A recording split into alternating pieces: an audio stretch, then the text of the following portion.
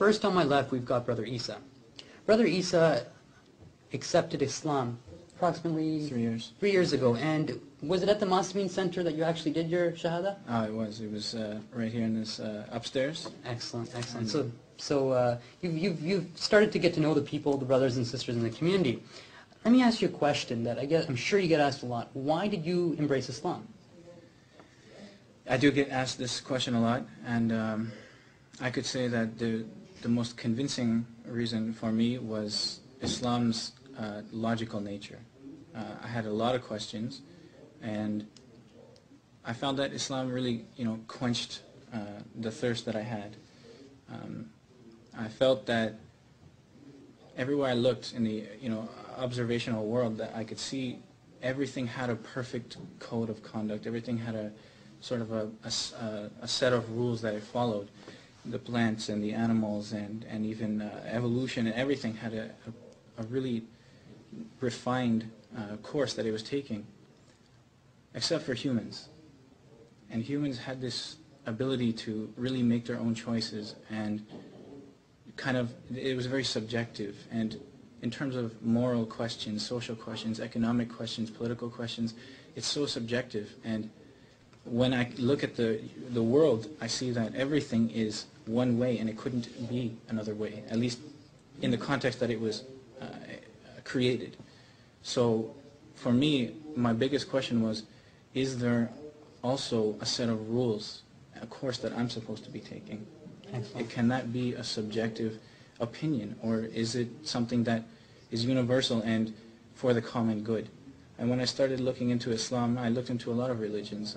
I grew up as a Christian, and I started finding a lot of similarities between Christianity and Islam in terms of their code of conduct, their moral code of conduct. And I looked at a lot of other religions, and I found that really the major point to our religion is to be a good person. I guess, at the end of the day, excellent. it's to become a good person. Excellent. And my question at that point was, okay, so how do I become a good person? If there's one person in the entire world that would know, it would have to be God. So I asked God, how is it that I can achieve, the pinnacle of my humanity? Excellent. And when I started looking into Islam, I found that even though there were things that maybe seemed a little contradictory to what I believed, or they gave me a little bit of a challenge because I had notions already that I conceived myself, I thought, okay, despite that, maybe I could be wrong, because everybody has a different opinion. Maybe I could be wrong. And when I looked at it closely and analyzed it, and I realized that we can take these arguments and let's take them in a very objective, rational way, devoid of emotion. Bring everyone's arguments to the table. Islam, I can honestly say I'm completely convinced that it will not lose. Excellent. That's some very profound words. Now let me ask you a question in closing. Was there something that you read in particular that kind of really set out a clear path towards Islam? Was it the Quran, maybe a hadith, maybe some advice, someone you talked to? Because it's always good to know what really caused you, right? Because a lot of times everybody does research, but a lot of times your research is inconclusive until you read something that motivates you to really take that leap of faith. What was that in your case? In my case, I would have to say that, well, there were two things. The Bible is really where I started. Excellent.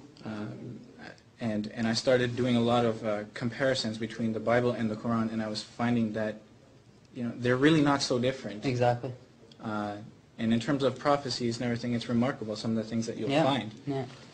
And also, within the Quran, one of the most fascinating aspects of it to me was the scientific advancement of this book. Excellent. Written 1400 years ago, and giving insight as towards things that we're just coming to know within the last 20 years. Excellent, excellent. You make some great points, and just to kind of build on some of his points, a lot of times when you start to really look at things from a third-party perspective is the only way that you actually find the truth. So when Brother Isa, he was following Christianity, but then he laid all the facts on the table, and he saw that there was a a more rational way to live his life and to practice his religion. And when he's talking about code of conduct, that makes perfect sense. So we as Muslims have to look at ourselves and see, are we following that code of conduct that we should, that the Prophet and the Masameen lived?